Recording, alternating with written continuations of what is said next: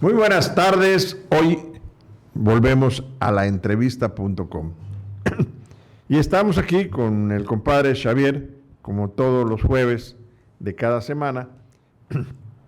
Y precisamente hoy vamos a hablar de un hombre ilustre, con prosapia y ejemplo para los mexicanos y el mundo. Benito Juárez García, cuya frase inmortal célebre nos dice: entre los individuos como entre las naciones, el respeto al derecho ajeno es la paz. ¿Quién era Juárez, compadre? Bueno, Juárez, mi modesto comentario respecto a él, porque pues él fue un hombre excepcional, un gigante de la historia de México e universal. El papá de Benito Mussolini se dice que le puso a su hijo Benito porque admiraba a Juárez, y Juárez fue reconocido por los países extranjeros, por Colombia. El Congreso de Colombia lo declaró benemérito de las Américas. Un hombre que consagró su existencia para servir a México, para luchar por México. Fue un gran libertador. Él salvó a la República de las guerras de invasión, de la guerra de invasión de los franceses. Hizo una gran obra, las leyes de reforma, la ley de libertad de culto, la educación laica, la ley del registro civil. En fin, él fue un hombre de veras excepcional. Pero creo que lo más valioso de Juárez es su ejemplo. Juárez decía que los servidores públicos, los políticos, deberían vivir en la medianía. Es decir, y Juárez no solamente lo decía, sino que fue congruente entre sus dichos y sus hechos. Eso es lo que para mí lo hace aún más valioso, porque él predicó con el ejemplo. Juárez se graduó como abogado. Él no quiso ser sacerdote.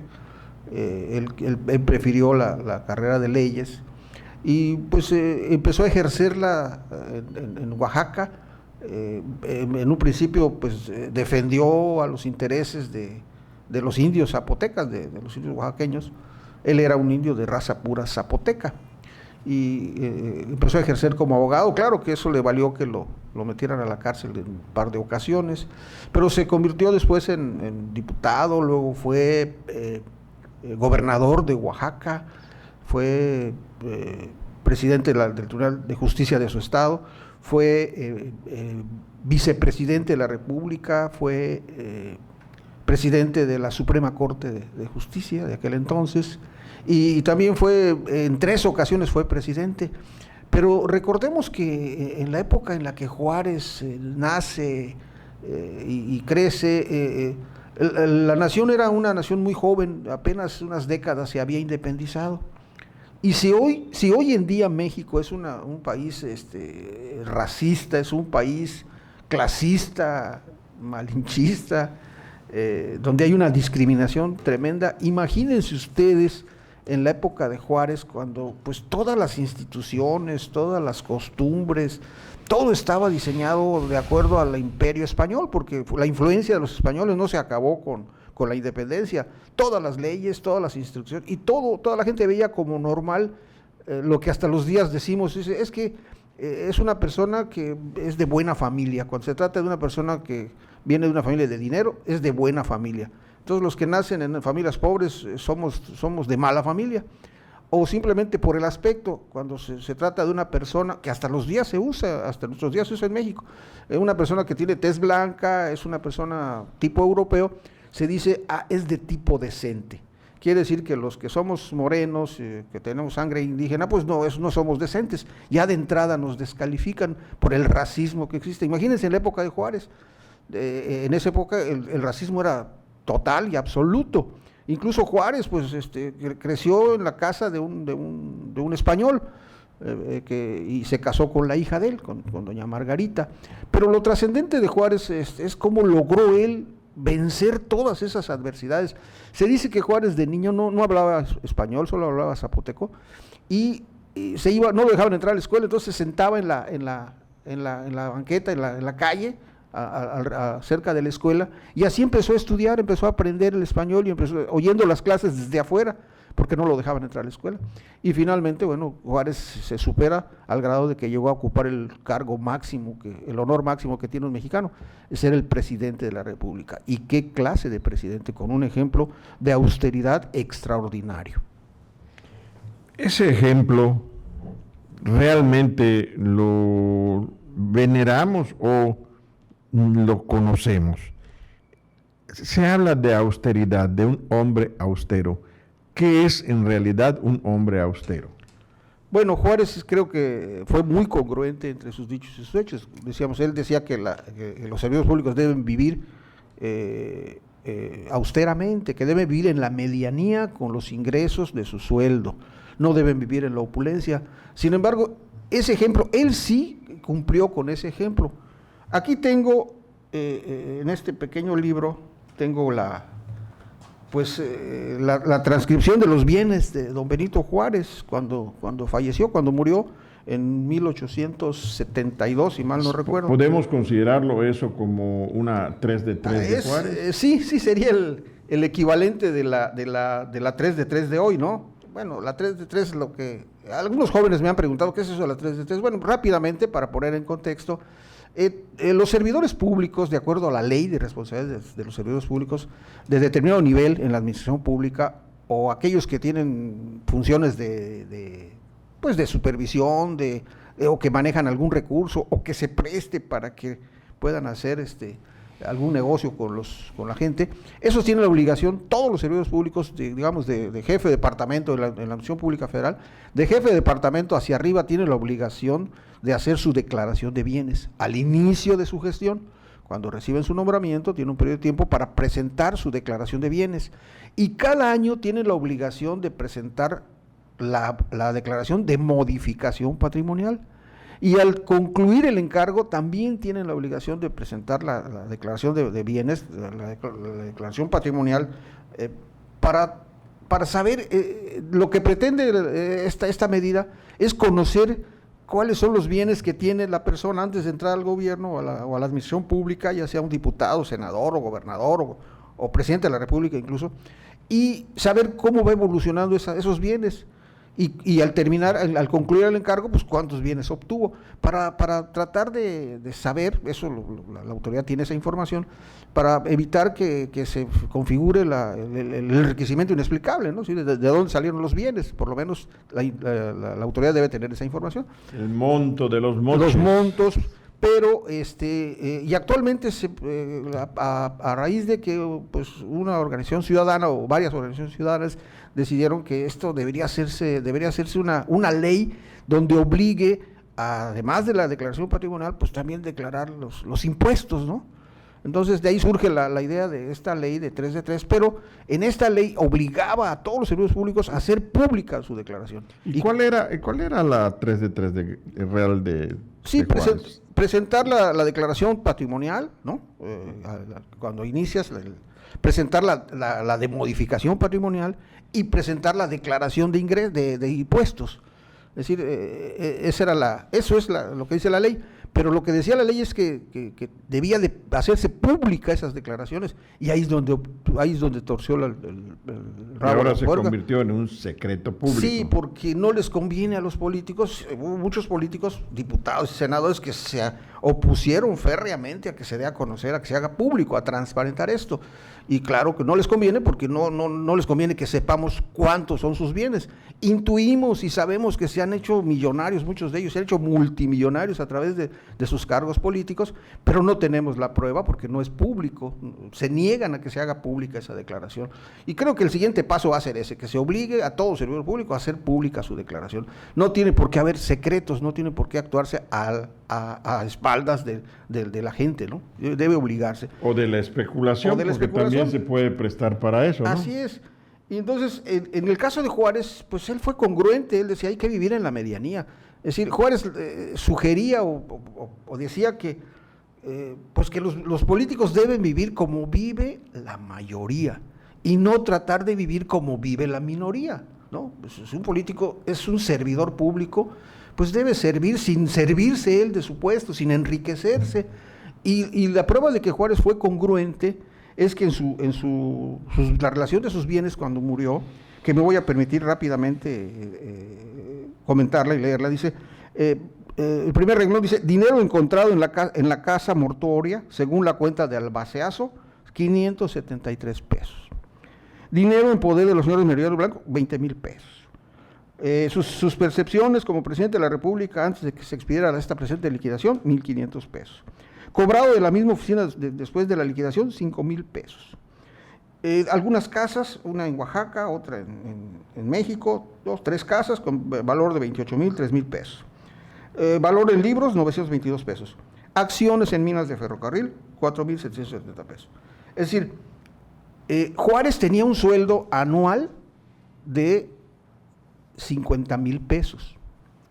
En contraste, Maximiliano de Habsburgo, el emperador usurpador, él se autoasignó un sueldo de 1,5 millones de pesos al año, es decir, 30 veces más que el sueldo que tenía Juárez. Juárez era austero y predicaba con el ejemplo. Hay una anécdota de Juárez que cuando ya regresaba, que venía de Paso del Norte hacia allá, ya sacando a los ejércitos franceses del país, en Chihuahua las señoras de allá le hicieron una fiesta porque era su cumpleaños. Pero Juárez le daba pena, no quería asistir a la fiesta porque sus zapatos tenían un agujero. Entonces, cuando alguna señora se enteró del por qué, le compraron sus zapatos. Pero a ese grado de austeridad era Juárez. No le gustaba dispendiar el dinero público.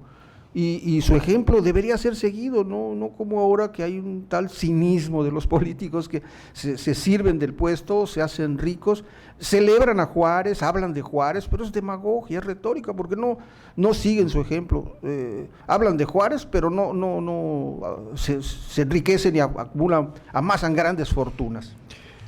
Podemos estar hablando de Juárez y de su austeridad y de sus leyes y de muchas cosas que pues conllevan una vida que es ejemplo nacional y ejemplo mundial también, porque no es solamente el hecho de que en México pues se cuecen habas, no, simple y sencillamente es un hombre que trascendió, tan es así que yo no sabía esto de que no en México lo declararon benemérito de las Américas. No, el Congreso de Colombia. En el Congreso de Colombia. Es una cosa que, fíjate cómo se van sabiendo las cosas. Y llevo ya de saber de Juárez muchos años. En Argentina hay un barrio que se llama Juárez, en honor a Benito Juárez, ¿sí? De Buenos Aires. Bien.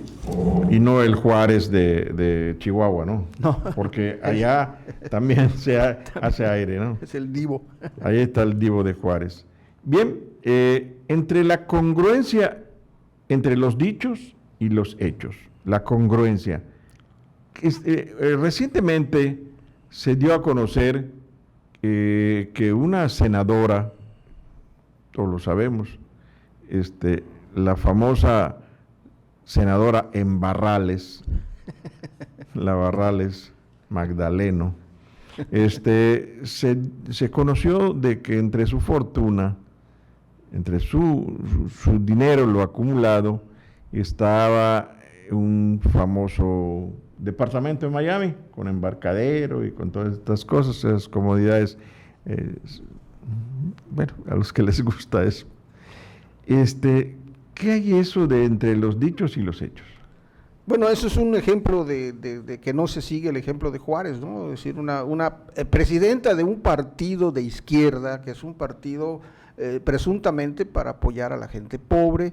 La presidenta pues acumula riqueza y sale a relucir que tenía ahí escondido un departamento de $1 millón en Miami. ¿Por qué? Para empezar, ¿por qué en Miami? ¿Por qué no ni siquiera lo invierten en México? Tal vez por esconder esa riqueza, por tratar de engañar, ahí está el dolo. Y lo peor es que, bueno, es una paradoja, es una contradicción que una persona que está en un partido para defender los intereses de los pobres se está enriqueciendo, pero no es única, no es el caso único de ella. Esto es muy notorio porque pues es la presidenta actual de ese partido, pero hay infinidad de ejemplos de funcionarios, de directivos que igual se dedican a amasar fortunas. En este caso parece ser que una investigación periodística encontró que en su declaración de 3 de 3 omitió declarar ese departamento, y cuando le pidieron las aclaraciones, eso lo decía la doctora Amparo Casar hace unos días, que ellos de Transparencia les pidieron que aclarara de esa empresa, y ella jamás lo aclaró, y ahora se sabe que es una empresa fantasma, es una empresa de papel, nada más para que sirviera de cortina de humo para adquirir ese departamento lujosísimo en Miami, ¿no? Entonces esto es la incongruencia de los políticos mexicanos que se enriquecen con el puesto, se sirven del pueblo para enriquecerse, y eso es lo que no se debe.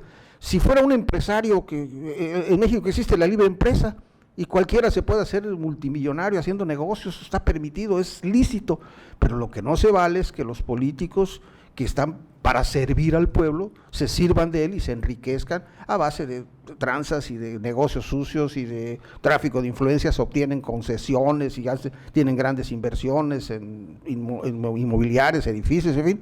Eso es lo que no se vale, y eso es lo que da tristeza, de que en un país en la que tenemos verdaderos héroes como Juárez, cuyo ejemplo debería ser la inspiración para nuestros políticos, dicen que siguen a Juárez y admiran a Juárez y hacen todo lo contrario a lo que hizo Juárez realmente.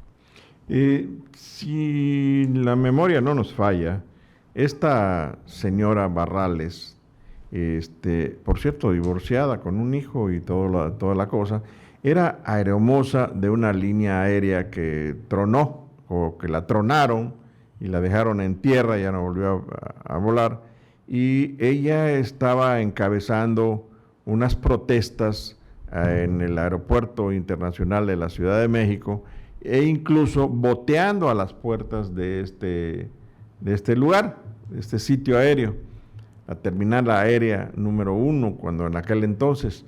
Y resultado de esto, que pues hasta hizo un calendario, compadre, acuérdate, sí. de las azafatas para poder reunir fondos, dinero y fondos, y causa. De esa época a la fecha, que no es mucha la que se diga, aparece con una fortuna de solamente lo que se le rascó al queso, es un departamento de $1 millón. Pero hay otro detalle, no es el departamento ni es el $1 millón, es una persona que tiene una representación nacional y saca dinero de México, saca dólares para invertir en el extranjero. Y como tú dijiste, ¿por qué no en México? Pues, el delito real de esta señora es sacadólares. Sí, lamentablemente es la realidad, y esto es reprobable. Es decir, no deberíamos, y creo que la sociedad en México ya está harta precisamente de la clase política por este tipo de cuestiones, por el desprestigio, y no solo el desprestigio hacia el interior del país, cómo nos ven desde fuera. Es vergonzoso cómo nos califican en el extranjero, en Europa, en algunos otros lugares del mundo, cómo nos ven a los mexicanos, y creen que todos los mexicanos somos tranzas, que todos los mexicanos somos ratas, que todos los mexicanos nos abusamos de la gente y nos aprovechamos de los puestos, y es un desprestigio terrible el que tenemos los mexicanos, gracias a este tipo de personas que se encargan de fomentar ese desprestigio con hechos, porque aquí no estamos hablando de especulaciones, ahí están las pruebas, ahí están los datos, ahí están las investigaciones, ahí está, y precisamente por eso se niegan a que las declaraciones 3 de 3 se hagan públicas, porque entonces saldría a relucir las grandes fortunas que tienen los grandes políticos. Pero afortunadamente México creo que ya está evolucionando en ese sentido. Cada día hay más presión de la sociedad, cada día hay más exigencia, y qué bueno, porque eso va a hacer que este país mejore, porque no es posible que en un país haya tanta corrupción, y de esa corrupción hay tantas desviaciones, tanta violencia, tanto saqueo, tanto asesinato. Ya México es un país inseguro totalmente. Ahí están diario escuchamos asesinatos que se cometen en la vía pública, diario vemos que descubren más fosas clandestinas, Es decir, no está bien lo que está pasando en México, pero gran parte de ese problema que tenemos es precisamente la corrupción, y peor que la corrupción es la impunidad. Porque ya decía la señora Barrales hace unos días, no, ya está en manos de mis abogados. Bueno, pues sí, ya los abogados se hacen cargo, y como todo delincuente de cuello blanco, nunca pasa nada. Ahí está ese exgobernador indignadísimo porque lo acusaron de haberse robado millones de pesos, y como pisó la cárcel unas horas, está indignado porque nunca debió haber pisado la cárcel. Son delincuentes de cuello blanco que tienen mucho dinero para pagar muchos abogados y nunca pasa nada. Siempre salen bien protegidos, y eso hay que acabarlo, hay que luchar contra eso. Y qué bueno que la sociedad civil ya está despertando, qué bueno que la sociedad ya está exigiendo que esto cambie, porque tiene que cambiar, o cambiamos o nos lleva a la trampa a todos. Bueno, pues compadre, la guillotina del tiempo también nos está matando. En terminar este programa tan interesante, de Juárez a la Barrales, de Juárez a la Embarrales, por así decirle, realmente nos indigna, o sea, ¿por qué? Porque pues es una cosa que es un buen ejemplo para que seamos buenos mexicanos, y sin embargo, vean ustedes, vi una de las fotografías que pasó aquí nuestro Master Switch, que ese dinero que ustedes vieron allá en pantalla, los dólares, tienen unas ligas, y también me recuerdan esas ligas a un tal Bejarano de ese mismo partido. En aquel entonces también estaba en ese partido, hoy que sigue despotricando incluso contra el ejército mexicano. Se llama Andrés Manuel López Obrador.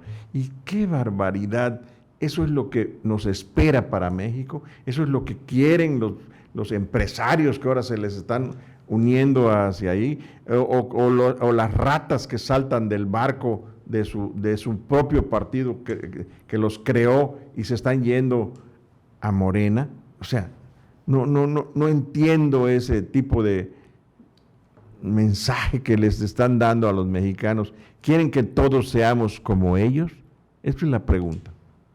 Compadre, ¿algo más? No, yo espero que los mexicanos de bien triunfen sobre los mexicanos del mal, ¿no? Yo no creo, no esperaría que los malos sean los que gobiernen, porque pues el país no merece eso, ¿no? Yo creo que la mayor parte de los mexicanos son gente trabajadora, honesta, entregada a sus obligaciones, y no creo yo que el camino sea este mal ejemplo que nos ponen estos políticos.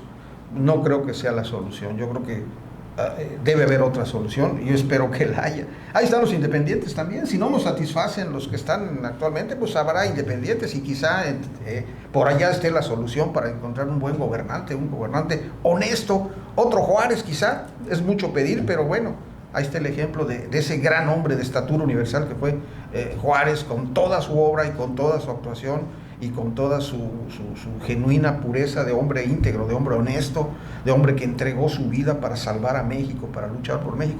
Eso es lo que necesitamos, gente de esa categoría como Benito Juárez, que luchó contra todo, contra la discriminación, contra el malinchismo, contra todo el racismo de su época, y que hasta la fecha existe ese racismo.